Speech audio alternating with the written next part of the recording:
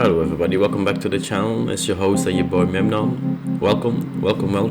Thank you very much for clicking. In today's episode about the Elder Scrolls Online is all going to be about the Stamina Necromancer. And this build overland gameplay and for arena fights build video I'm trying to construct here. The Necromancer once again in this patch in the Flame of Ambition and the Blackwood DLC that's going on. The Necromancer stands himself in a very strong place, so one of the top tier classes in the Elder Scrolls Online. It's not disappointing in form of the damage they can put out as a class itself. So I'm trying to make a build that is very accessible, very easy to get for all players from all type of experience within the Elder Scrolls Online. For the best races, if you're a new gamer to play, the best races for you to choose still within this patch and the next patch is the Khajiits, the Orc, the Dunmer, and the Red Guard. Then you have the Wood Elf and the High Elf is extremely viable for strong classes, but the top four are the Khajiit, the Orc, the Dunmer, and the Red Guards. But either way, the classes that you choose is your heart content. Play and choose the classes that you love to play with. That's the end of the day. That's the most important thing in the MMO. Play the classes you love. With this build, you're gonna be extremely viable, very strong with, and you're literally gonna fly to every single content extremely easy. With this build, I'm not playing with the Ring of Pal order, so I truly constructed it in a way that for all the gamers who don't have access to gear sets like the Ring of Pal order, it still can be viable and extremely strong just playing the Elder Scrolls Online for extended time. And of course it's going to be updated again on the Blackwood DLC. A form of Mundus stone, the three best Mundus stones for you to choose with this class is the Lover Mundus stone, increase your physical and spell penetration. Your Thief Mundus stone to increase your critical, your crit in generally. And the Shadow Mundus stone is a very good Mundus stone if you're playing in the group contents itself. So if you are going in solo, I would recommend you to play Lover or Thief, and the group contents you go for Shadows Mundus stone. But at the end of the day, it's still your preference how you want to play this game. Let's see in a closer look what this build actually looks like, shall we? Now let us see how this build actually looks like very closely. So I'm using 46 points into stamina. I'm using 0 points into health because the new patch, the new DLC of the Flames of Ambition, it brought our max health of every single class extremely high with the right champions points. I'm going to show you later. I'm getting 20,165 flat max health. It's more than enough for me to clear every single content and beyond within this game. I'm having 31,682 max stamina. Stamina recovery 1,298, weapon damage 4,345, weapon critical is 61.6%, and physical penetration is 7,647 physical penetration. I'm using Bloodstat food to increase my love of foods and soup and satir, increase my max stamina for 4,515 and a stamina recovery for 451. I'm using the Thief Mundus stone. Form of inventory and gear that I'm using. With this build, I'm running the Maul Advanced Yokeda. I'm a frontbar, and I'm a backbar. I'm using the Maelstrom bow perfected. Do you need the perfected one? If you know how to get it and you have the patience to get it, go for it. The only difference is, as you can see in stats, you have the extra weapon critic of 526 weapon critic extra you get. It is a nice overall stat to have. Within your DPS. What is the difference in it? It will be around 2% DPS lost. With this build, it's very easy for you to run Maelstrom veteran mode because this build hits so hard and every single NPC will melt like butter. It's ridiculously strong, especially in solo content. But do you need the veteran Maelstrom perfected version? No, but you can clear every single content with the normal as well. It's just only 2 different DPS lost. So it literally is about your choice, what you prefer to have. If you can for it, go for it, but it's a matter of choice. For gear set itself, what I'm choosing to run with the Stamina Necromancer, I'm using the Kragh monster set, one piece, to get 1,478 physical penetration extra. Because if you're soloing, you're always gonna have a penetration loss. You're gonna lack penetration. So I'm using sets that make sure for me I have enough penetration, and at the same time doing a lot of damage as well and overall flat. So that's why I'm choosing the new Moon Acolyte set to run. What is going to give it to me? Going to give me 675 weapon critical, 129 weapon and spell damage, another additional 1,478 offensive penetration, and 401 weapon and spell damage as well. As you can read, it can give me 5% extra cost of all of the abilities, but because the sustain across the board of all characters is extremely well, so it doesn't matter which race that you are playing. If you prefer to play with a Khajiit, go for it. Dunmer, go for it. Orc, go for it.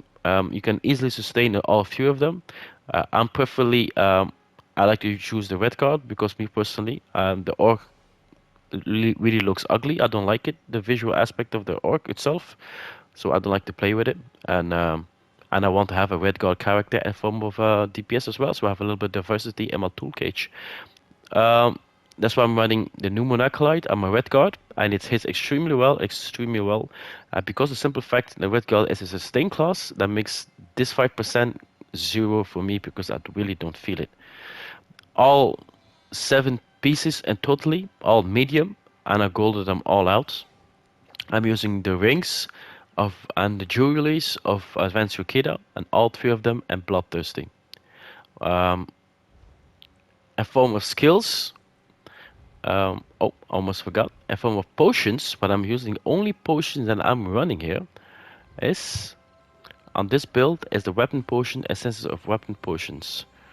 And what it's gonna give me? Give me major brutality for 40 seconds, and major savory for another 40.3 seconds. That's the potion I'm running for. If I want to use it for extended content like dungeons and group contents, then I'm running my essences of weapon power potions. Otherwise, I'm just running green potion, essence of stamina for overland gameplay. So I recommend you, just if you're doing overland gameplay, use the essence of stamina. If you're doing harder content for group and you want the extra DPS, use the essence of power. That's amazing to run with for the Stamina Necromancer and this build, and I'm choosing for you guys. For former skills, the first skill that we're going to use is a bread and butter as the Brawler ability. The Brawler ability gives us a cone ability of 6,828 physical damage. For every enemy is hit within that cone, give me a damage shield. So what that's going to do for me is quite very simple. I'm going to go through my little... Every single time I'm hitting, it gives me a damage shield. Doesn't matter what I do, it gives me a damage shield. So the more enemies I have around me, the bigger my damage shield gets. Very beautiful. It's a very strong ability and very easy to build. Thanks to the Brawler ability, I literally become immortal at certain instance. My second ability that I'm using is the disease ability from the Skeleton Mage of the Gravelord ability. It's the Blighted Blast Bones. So what it's going to do, it's going to create a skeleton. It's going to run himself towards my target. And it's going to increase himself for 14,221 disease to all enemies nearby, and applying a major defile to them for 4 seconds, reducing the healing receive and health recovery for 16%. And the nicest thing about this, it creates a corpse. What this looks like is very simple. You go towards your enemy, it creates a corpse, and it runs them towards it. As you can see, it hits like a truck. It's ridiculous. This ultimate sometimes it hit as strong as, and this ability hits as strong sometimes as an ultimate. It's ridiculously strong. The second ability, I'm using Destiny Siphon. What is Destiny Siphon is going to do? I siphon the health and the life of my corpses and creating a disease damage for 12 seconds to all enemy caught between me and the corpses itself. The nicest thing about this, but that makes the Necromancer extremely strong in form of group contents and execution force, is that because when you start this ability, it gives you 3% more damage. So in form of execution, it can be extremely strong. The nicest thing about this, you should never forget, especially if you're passing as well, do not spam detonating siphon. You make sure it takes himself completely out, because in 0, it's going to explode himself. It's going to do an additional 7,109 disease damage. Now, once again, I'm telling you, this stats are flat stats. It's going to increase himself the moment you are in combat. This number increases himself. Okay. The fourth ability that I'm using is Find Himself and a Fighter's Guild ability. It's only a flex spot. It's a camouflage hunter. What I'm using this for is to get the major savory and a critical rating of 2,629 on my front bar. And of course, if I manage to flank an enemy, I get critical damage and I have an increase of 5% of damage done towards my NPCs. It's nice. Do I flank a lot when I'm doing overland? No, but it's nice to have if a form of dungeon. Then the tank turns the the boss towards you. Then you can benefit from this ability as well. Otherwise, I'm using it for major savory to get the 20,629 weapon critical. That's it. I'm using this for.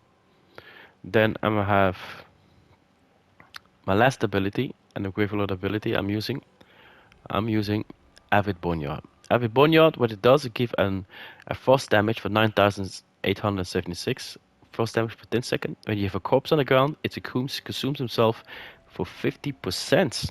The nicest thing why I'm using this and not the other morphs of the Boneyard ability is because of the synergy. Now, the damage of the synergy is nice to have. It has 13,118 frost damage to all the enemies nearby. But the nicest thing is that it saved me a lot is the healing done. So the moment I activate the synergy myself and I find myself in a pinch because of the mechanics of the fight itself, I activate this energy, it heals me. It gives me the time to reassess the situation and to evaluate the situation so I can DPS boss again. The other morph is extremely well. What it does, actually, it's a matter of preference. It's going to be your preference what you want to have in your playstyle. It's going to give you a debuff, a major breach for 5,000 and a bit. So it's nice if you're lacking a form of penetration and overland gameplay. So the other morph becomes extremely powerful, extremely nice to have the pen cap increase for you in overland gameplay.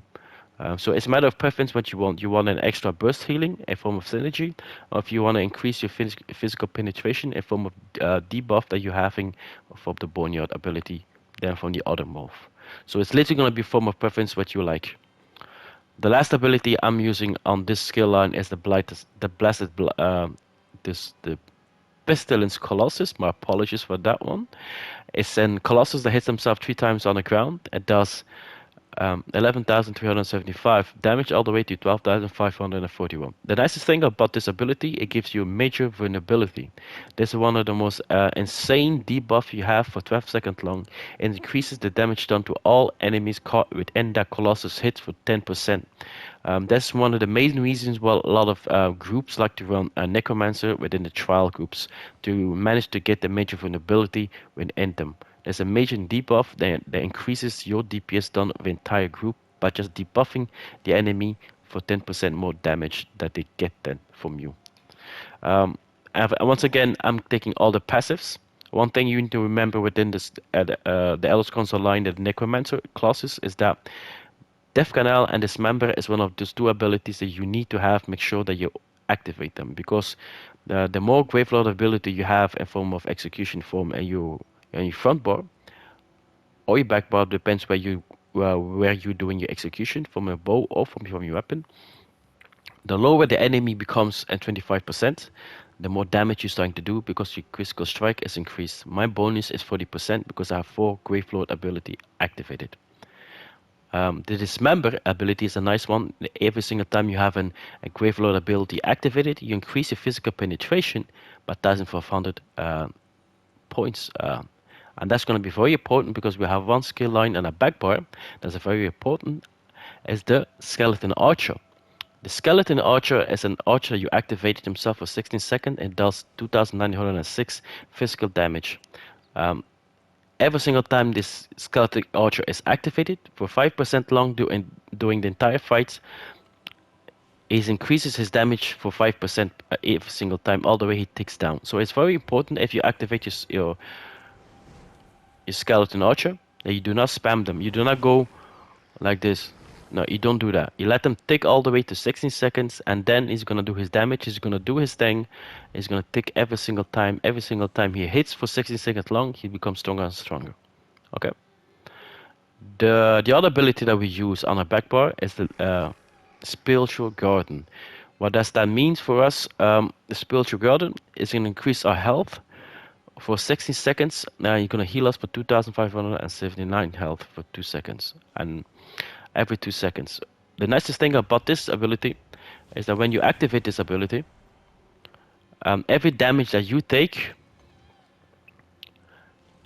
is going to 10% of those damage is going to go to your spiritual garden. So a form of survivability and close quarter combats, spiritual garden, because it really means the difference between life and death. The 10% is a lot sometimes, and just to reassess the situation, it's a very must-have in your toolkit from survivability on the Necromancer herself. Are you feeling yourself? You say, I still need the extra heal. I use a turning ability. It's a form of burst heal in an assault ability. Resolving Vigor. Resolving Vigor is an amazing ability. What it gives you, it gives me 16,310 health for 4 seconds long. There's a burst heal, how it looks like this.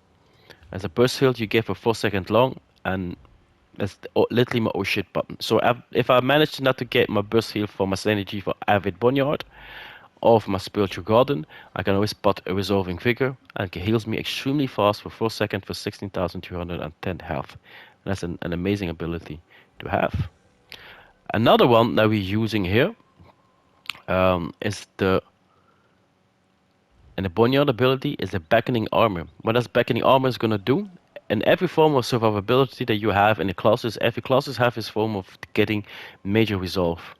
For the Necromancer, how to get major resolve is by activating Beckoning Armor. So what is this going to do for you is going to increase my physical and spell resistance for 5,948 for 20 seconds.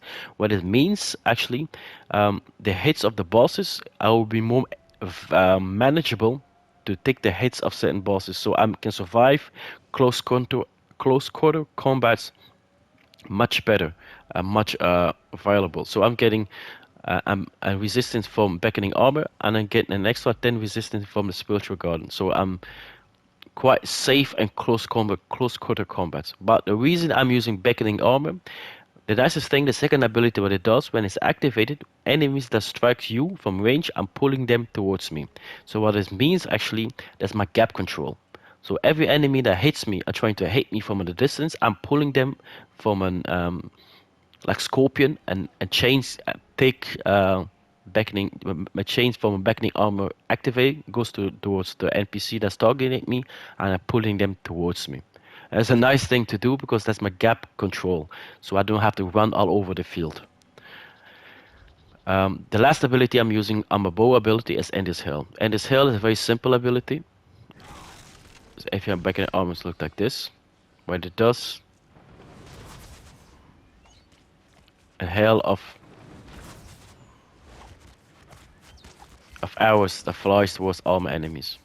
So what it does, actually, what it means, actually, I'm creating 3,068 physical damage to all enemies in the area for 12 seconds long with 2 second delay. I'm pairing this with the Maelstrom bow. It pairs himself perfectly, and if waveform it sticks himself extremely strong.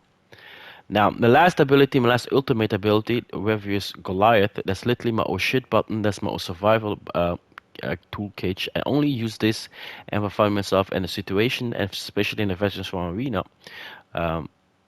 If you find yourself stop panicking and you say, like, oh shit, I'm gonna die, just pop this baby and you're gonna get 13,000 health back directly. Your pool health is going to be increased for 13,000. But the nicest thing about this, every light attack you do 403 health. Every heavy attack you do 1,008 health you can restore. But you also get 1405 magical damage to all enemies nearby you and heals you for the amount of damage you do. And this ability skills also for your max health as well. So there's literally an oh shit button for you if you're trying to survive in the harder content. You need a little bit of stress release. You put uh, the Goliath on and you can literally survive every single thing that's been thrown at you, and you can relax, reassess the situation, and reset the mechanics and finish the match much easier. Um, Once again, I'm taking all this from a passive. I'm taking all the passive, all the my skill line passive. I'm taking them all my two-handed passive. I'm taking them all my bow passive because I'm using bow on my backbar. I'm taking them all my medium passive. I'm taking that's the reason I'm taking a medium armor, because medium armor for every single medium armor I get and I'm using 219 form of weapon critical increase. I have a bonus of 1538 weapon critical increase because I have 7 mediums. That's one of the most important reasons. Same thing for stamina recovery. The more stamina gear, medium gear I use, the higher is the increase of my stamina gear. Same for stealth. From weapon increasement, I have a 40% bonus for because I have 7 pieces of weapon medium armor that I'm using. I'm getting for every piece 2% extra. I'm seven pieces. 7 equal to is 14%, and I'm using, and I'm getting for free. From movability, if you're going with the orc of other classes, because you're doing 7 pieces of medium, you're gonna be flying over the field extremely fast. They give me a form of mobility to go to point 1 and point B, especially in Maelstrom arena, Vateshran arena. You need to be movable, you need to be eligible extremely fast. So this is gonna help me buff my movability extremely fast because of this. Especially if you're using an orc, this becomes extremely OP. This passive. I'm using nothing on heavy, nothing on light. A form of provisions, I'm using gourmand and connoisseur to increase my potions for 20 minutes and my food for 20 minutes. Another one I recommend you to make sure that you level up as fast as possible is the alchemy. It's medicinal use to increase your potion activity for 20% longer. And for all the rest, of course, is your class ability, your class skill line. I'm a red guard on this build. Um, Red guard give me 8% for all the weapons. Ability I have. I have an 8% reduction of all the weapons. It's not bad. 2%, 2000 max stamina increase I have, and I have every single time I deal damage, I'm restoring for 1500 stamina. There's a lot of stamina I'm getting. That's the reason why, for me personally, just generally, there's a fact for on the stamina based red guard is the king of sustain, and then the new Moon Acolyte, literally, I don't feel it anymore because of the nice sustain I'm getting only for every single time doing damage. I'm restoring for 1500 stamina back. I'm getting a lot of stamina resources back from all my own passives and for the gear choices I have. Yeah, I'm getting, and the buff foods that I'm using, I'm getting a shit ton of stamina resources back. I make sure that gear sets like new Moon Acolytes is literally a piece easy for me to use on this sustain cast build, even better than before. And for my champion point allocations, the champion points allocation, nothing you need to remember is that the four most important one from overland gameplay and dungeon building is the fitness, deadly aim, damager, and biting aura. Now, if you're finding yourself in a content and you're playing with a friend and you know that he's gonna has ability to turn the boss his back towards you, then you slap backstabber and a place of deadly aim. In overland game playing, because backstabber increase your critical damage when you flank an enemy, and overland gameplay you will not be flanking an enemy that much, so this resources no, it's not going to be that valuable in overland gameplay, neither in a Maelstrom or a Vateshran arena or any other form of arenas. Unless you're playing on Dragon Star, you're playing with a tank that knows how to turn an enemy, this becomes very valuable, and then you swap this for Backstabber. And that's it. Extended mites and trying to increase my offensive penetration as high as possible. I'm trying to increase my battle mastery as high as possible. I'm trying to increase my mighty as high as possible. Same thing goes for tireless discipline to increase my max stamina as high as possible. And all the rest of them is only passive, it's only flex spots, a matter of preferences. That's it. That's the most important one. And of course, I almost forgot precision, trying to increase my critical chance as high as possible and try to create my crit as high as possible. In form of red champion's point, what I'm trying to do in form of survivability, I'm trying to increase my health as high as possible. There's a reason I'm using only blue stat food because of this beautiful buff. I'm using Ironclad to increase my resistance as high as possible. I'm using Strategic Reserve to increase my health recovery every ultimate I'm using. Because I'm a Necromancer, I can use ultimates quite fast compared to other classes. A Blood Renewal every single time I kill an enemy, I gain 300 stamina back. It's a nice thing to have a certain form of extra sustain ability. For the rest is for Hero Vigor to increase my health, so I have more health, so I can use blue stat food. And for all the rest is all from preferences what you prefer to use and generally. And then you have the last but not least, the green stat food is same thing here. It's all matter of preferences what you like to have in your own play style and overland gameplay generally. That's nice to have a reduction of way shrine. So if you go away from way shrine to way shrine, it's nice to have a reduction. The one thing I can recommend you here is Rotenier to increase your food buff for 10 minutes longer. It's nice to have. The longer your food buff lasts, the less it's going to cost you for every single time you have to buy or make new food. So the longer it lasts for you, the better it is for you. It lasts for you, the better it is for you. And that's it. That's it from the builds. Hopefully you like this content. Don't forget to press a like. You comment down below what you think about this build. Let me hear your thoughts. It's always nice to have certain form of feedbacks back. I'm going to show you a very quick overland pausing so you can have an overland view of how this build actually works. And hopefully I can see you very soon on the next build video. Ciao.